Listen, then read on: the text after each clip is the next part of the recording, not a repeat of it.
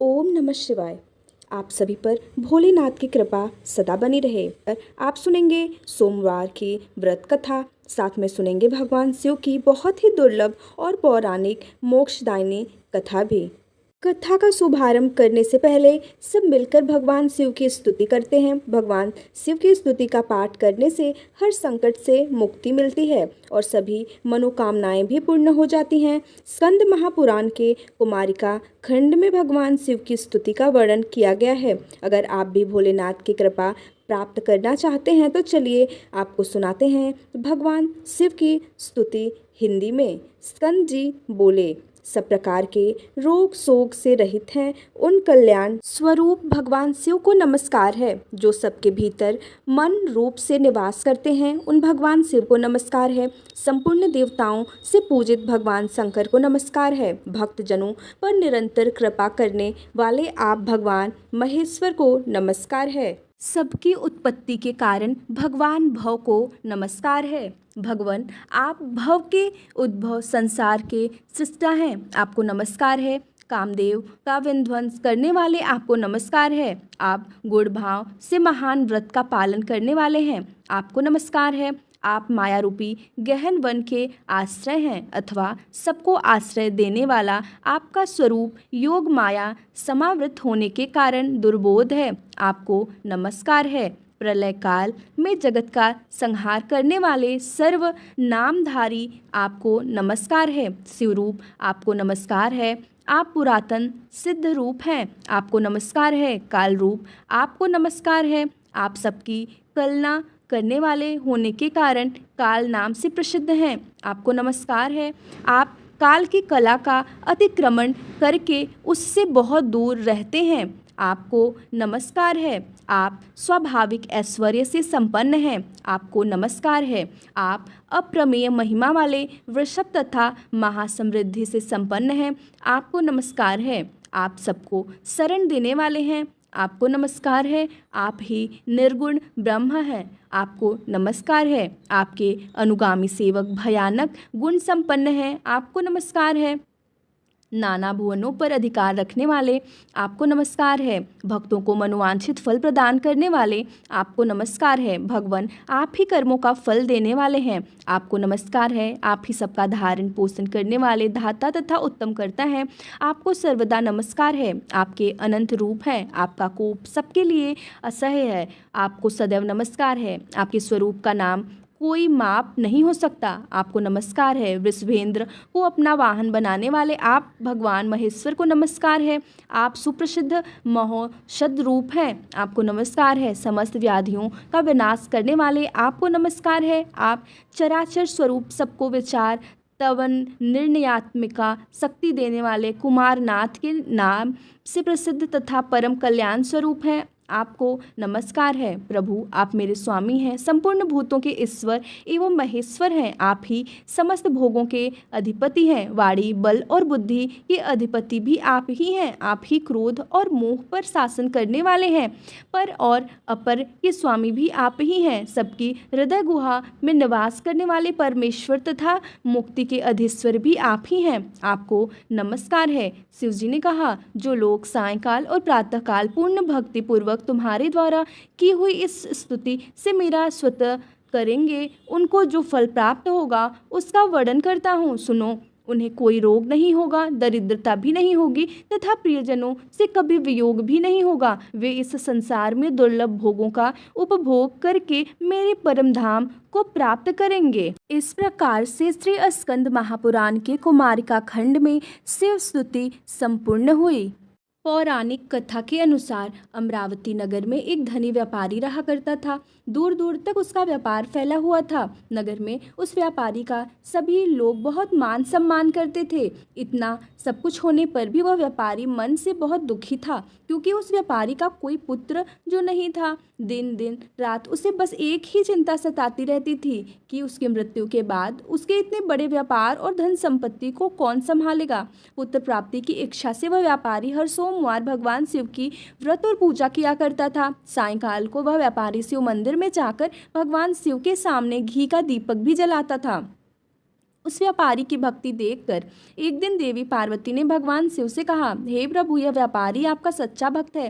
कितने दिनों से यह सोमवार का व्रत और पूजा नियमित कर रहा है। भगवान, आप इस व्यापारी की मनोकामना अवश्य पूर्ण करें। तब भगवान शिव ने मुस्कुराते हुए कहा, हे पार्वती, इस संसार में सबको उसके कर्म के अनुसार फल की प्राप्ति होती है।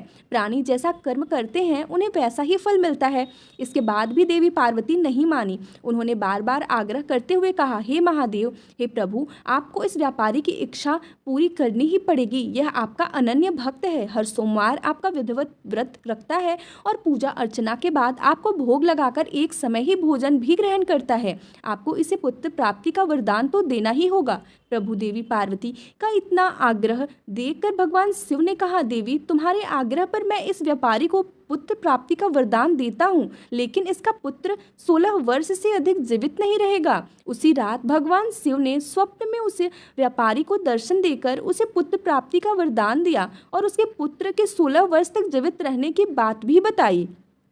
भगवान के वरदान से उस व्यापारी को खुशी तो हुई, लेकिन अल्पायु की चिंता ने उस खुशी को नष्ट कर दिया। व्यापारी अब भी पहले की तरह सोमवार का विधिवत व्रत करता रहा। कुछ महीने पश्चात उसके घर में एक बहुत ही सुंदर पुत्र उत्पन्न हुआ।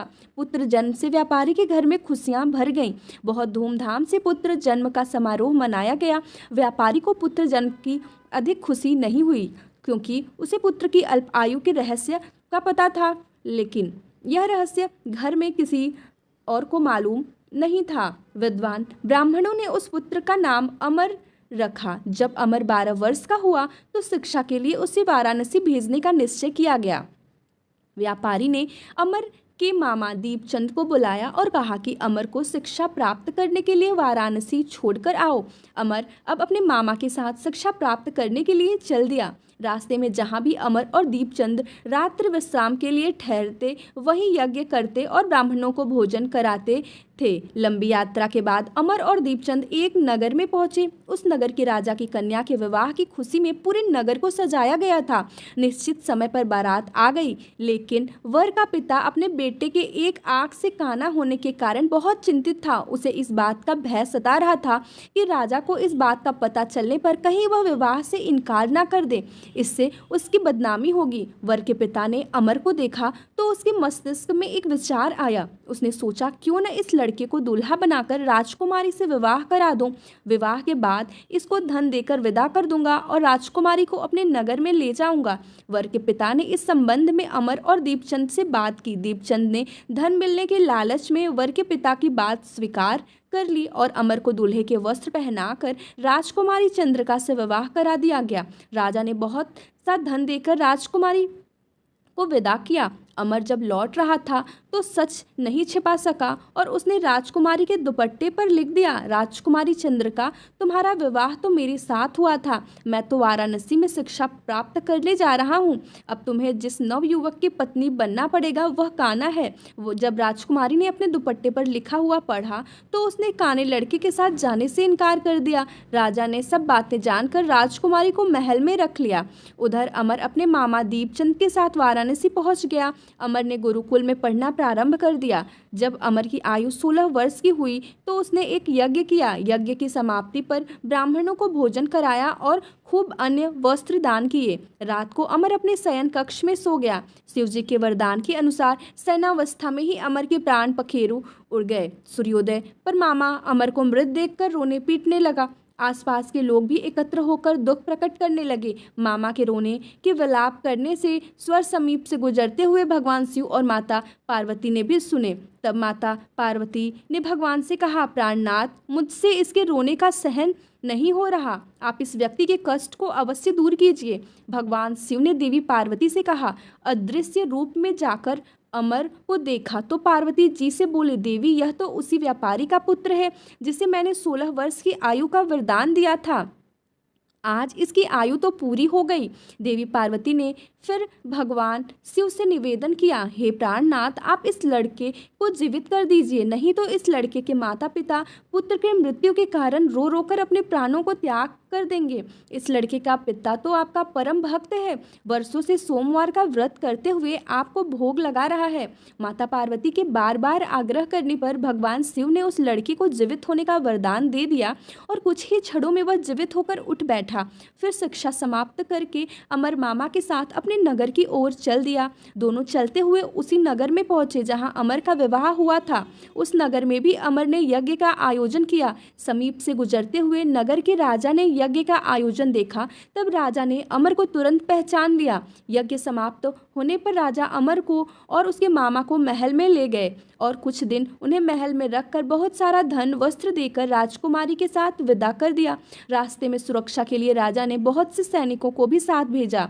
दीप से नगर में पहुंचते ही एक दूत को घर भेजकर अपने आने की सूचना भेजी। अपने बेटे अमर के जीवित वापस लौटने की सूचना से व्यापारी बहुत प्रसन्न हुआ। व्यापारी ने अपनी पत्नी के साथ स्वयं को एक कमरे में बंद कर रखा था। भूखे प्यासे रहकर व्यापारी और उसकी पत्नी बेटे की प्रतीक्षा कर रहे थे। उन्होंने प्रतिज्ञा कर रखी थी कि यदि उन्हें अपने बेटे की मृत्यु का समाचार मिला तो वे दोनों भी अपने प्राण त्याग देंगे। व्यापारी अपनी पत्नी और मित्रों के साथ नगर के द्वार पर पहुंच गया। अपने बेटे के विवाह का समाचार सुनकर पुत्रवधू राजकुमारी चंद्रकला को देखकर उसकी खुशी का ठिकाना नहीं रहा। उसी रात भगवान शिव ने व्यापारी के स्वप्न में आकर कहा, हे सृष्टि, मैंने सोमवार के व्रत करने और व्रत कथा सुनने से प्रसन्न होकर तेरे पुत्र को लंबी आयु प्रदान की है। यह सुनकर व्यापारी बहुत प्रसन्न हुआ। सोमवार का व्रत करने से व्यापारी के घर में खुशियां लौट आई। शास्त्रों में लिखा है कि जो स्त्री पुरुष सोमवार का विधिवत व्रत करते और व्रत कथा सुनते हैं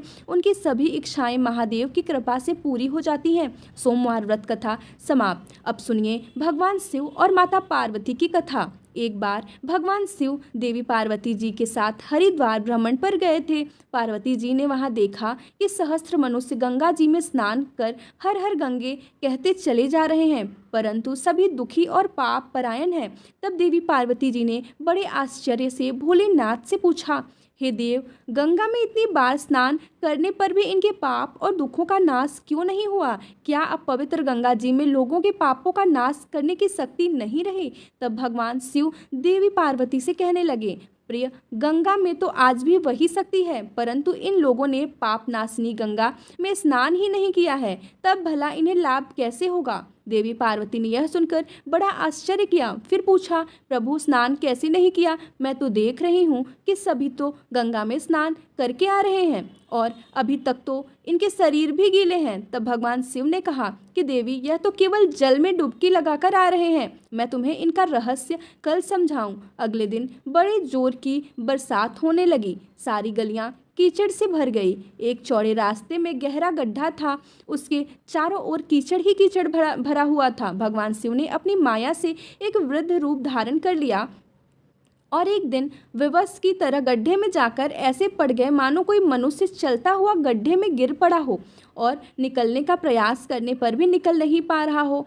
और भगवान शिव ने देवी पार्वती को गड्ढे से थोड़ी दूर यह समझाकर बिठा दिया कि देखो, आप लोगों को सुनो सुनो कर पुकारती रहना कि मेरे वृद्ध पति अचानक गड्ढे में गिर पड़े हैं। कोई पुण्यात्मा इन्हें निकाल कर इनके प्राण बचाए और मुझ अबला की सहायता करे।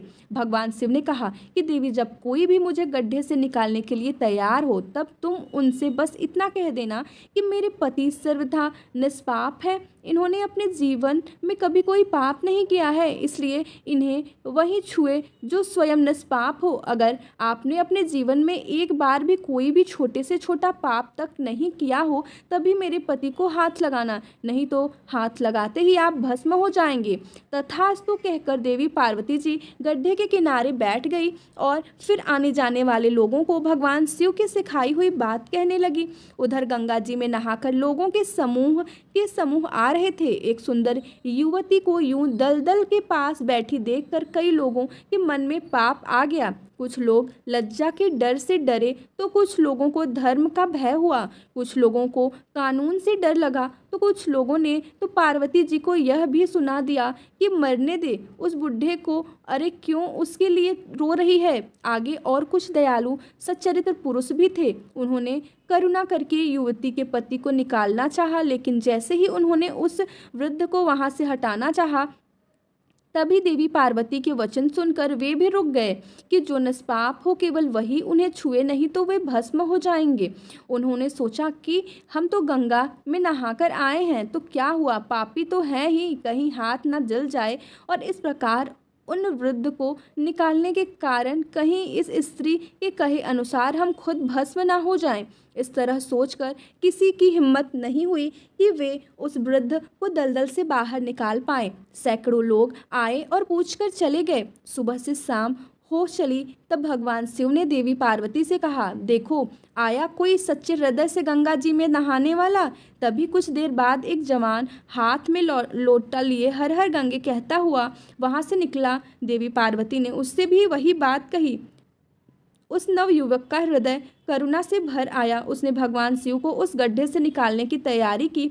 तभी देवी पार्वती ने उसे रोका और कहा कि भाई, अगर तुम पूरी तरह से निष्पाप हो तभी मेरे पति को छूना, क्योंकि अगर तुमने जरा भी पाप किया होगा तो मेरे पति को छूने से तुम भस्म हो जाओगे। लेकिन उस नवयुवक ने बिना कोई संकोच के दृढ़ निश्चय के साथ माता पार्वती से कहा, माते, मेरे निष्पाप होने में तुम्हें संदेह क्यों होगा?